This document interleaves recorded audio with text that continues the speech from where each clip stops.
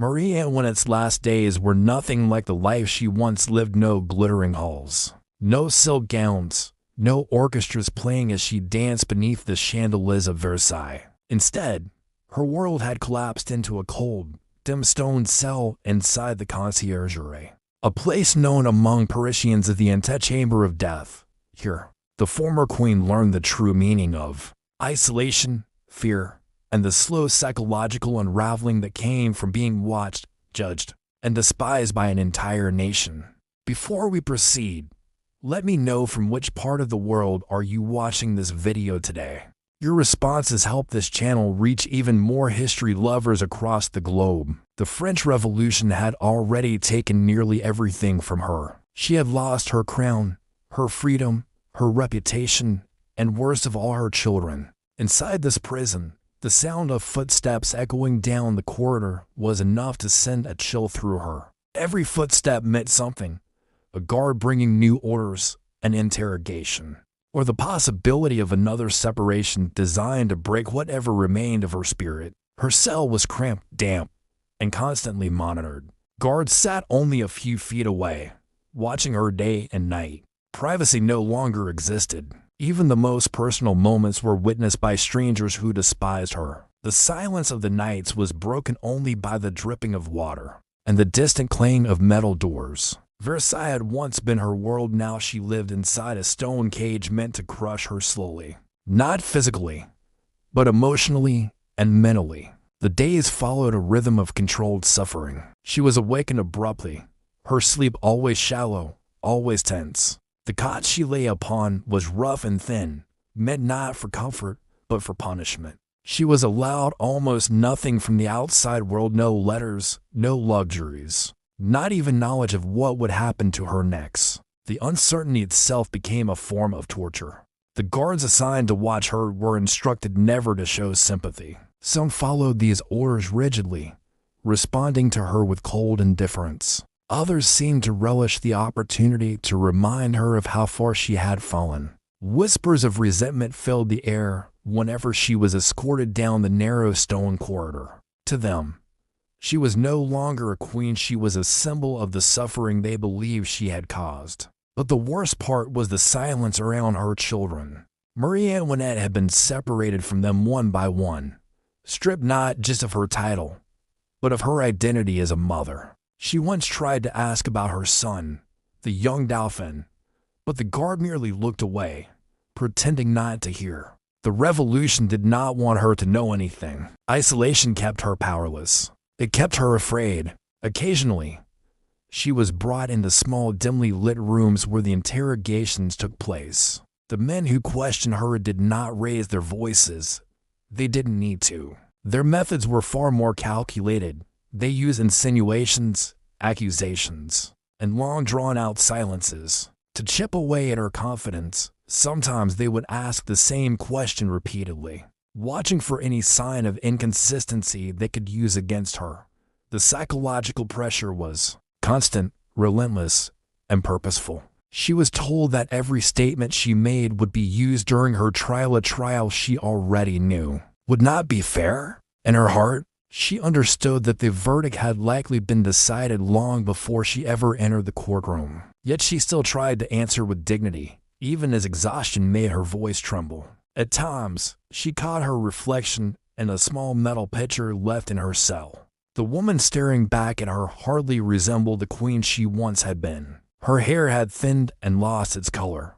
Her eyes, once bright and expressive, were now hollowed by worry and sleepless nights. Her clothes were plain and worn, far removed from the lavish garments she had been criticized for wearing in Versailles. The transformation wasn't just physical, it was emotional, spiritual. The revolution had stripped her of everything that could make her feel human. Her meals were simple, often barely edible. Some days she struggled to eat at all. Her stomach tightened with anxiety. She knew she had to keep her strength, yet the fear made it difficult. She tried to remain composed, reminding herself of the grace expected of a queen, even one who had lost her throne. But inside, the anxiety gnawed at her with every passing hour. On rare occasions, she was allowed brief moments of fresh air in a small courtyard.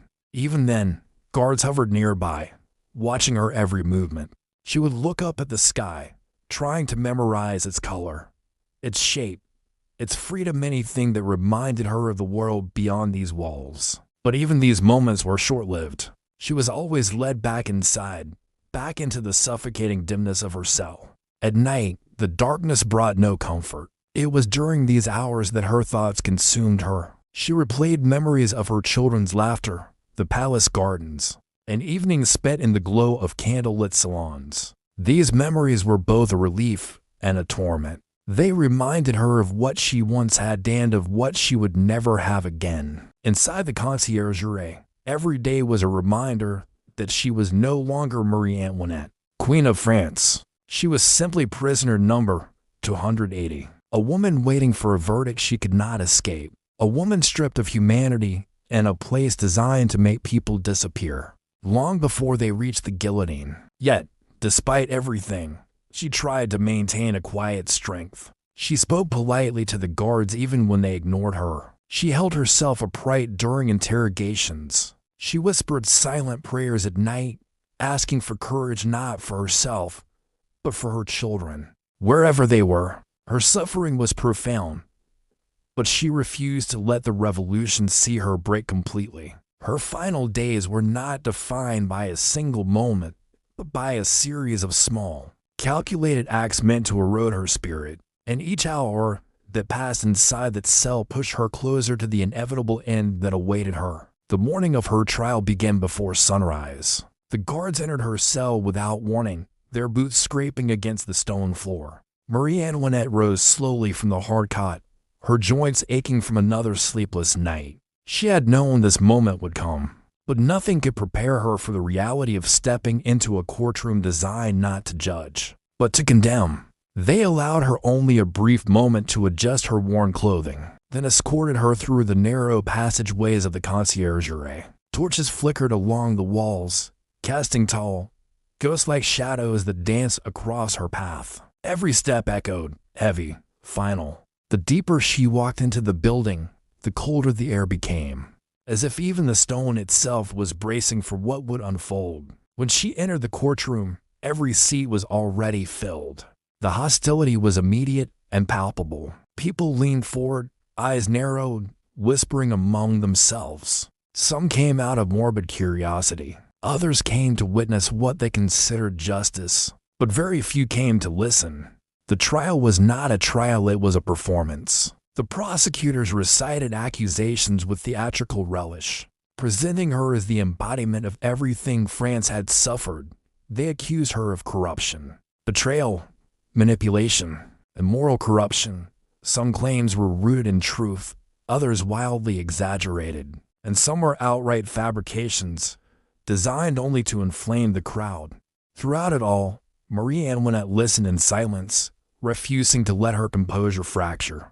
She stood tall, her hands clasped tightly before her, her gaze steady even when the accusations grew more cruel and personal. She had expected political charges, but the prosecutors did not stop there. They used insinuation and degrading suggestions meant to strip her of dignity, probing into the most private parts of her life and motherhood. The harsh murmurs that rose from the crowd made it clear. The truth did not matter.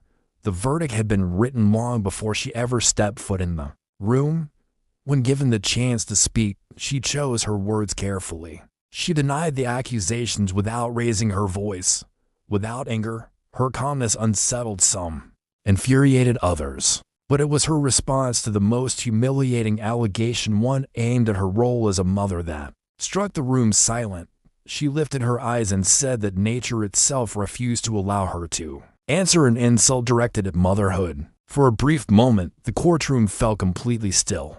Even those who despised her felt a flicker of discomfort. But the silence was fleeting. The prosecutors resumed with renewed force, unwilling to lose control of the spectacle. After hours of questioning, accusations, and public scorn, the jury withdrew. They returned within minutes, a clear sign that deliberation had never been the purpose. The sentence was announced swiftly. Death by guillotine.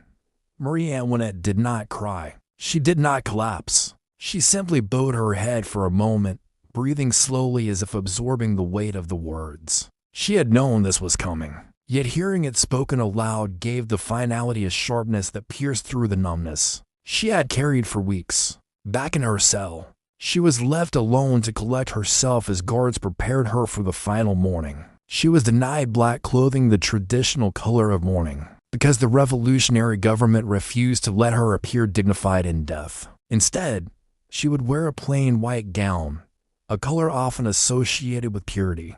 The irony was not lost on her. Her hair was hastily cut to expose her neck for the execution. The scissors were dull, tugging sharply with each uneven cut. Locks of her once famous hair fell to the floor, forming a small pile at her feet. The sound of metal scraping against her scalp was a quiet but searing humiliation. She closed her eyes and remained still, refusing to give her captors the satisfaction of seeing her flinch. At dawn on October 16, 1793, the door of her cell creaked open one last time. She stepped out, hands bound lightly in front of her, escorted by soldiers through the bowels of the prison. The walk from the Conciergerie to the waiting cart felt endless. Paris was cold, the sky a muted gray. The streets, however, were crowded. Word of her execution had spread, and citizens gathered to witness the fall of the former queen. Marie Antoinette climbed into the small wooden cart reserved for the condemned.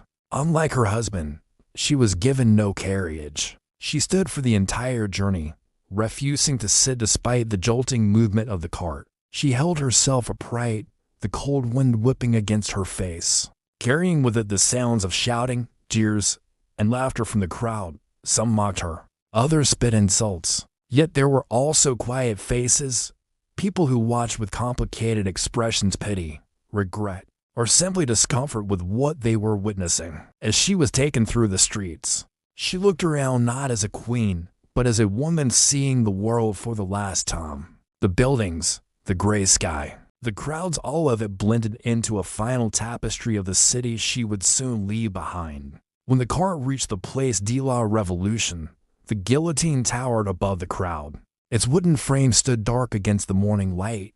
Soldiers surrounded the platform, keeping the crowd at bay. The atmosphere was electric, tense, expectant. Marie Antoinette stepped down from the cart carefully. The cobblestones were uneven, and as she moved forward, she accidentally stepped on the executioner's foot. Instinctively, she apologized, a final, simple gesture of politeness that would become one of the most haunting moments recorded from that day. She climbed the wooden steps with steady determination. Each step echoed, marking the final seconds of a life once filled with splendor and noise.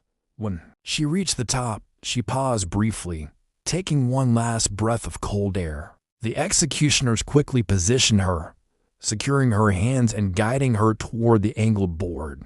There was no speech, no dramatic final declaration. She had said all she needed to say during her trial. Now, silence suited her better. The blade fell, and with it, one of history's most controversial, misunderstood, and tragically human figures left the world. Marie Antoinette's final days were not defined by excess, arrogance, or luxury. They were defined by isolation, psychological torment, forced humiliation, and a quiet strength that even her enemies could not completely erase. If this deep historical breakdown taught you something you never knew, make sure to like the video, subscribe for more hidden history, and drop a comment telling us which part of the world you're watching from. Your support helps us bring more untold stories to light.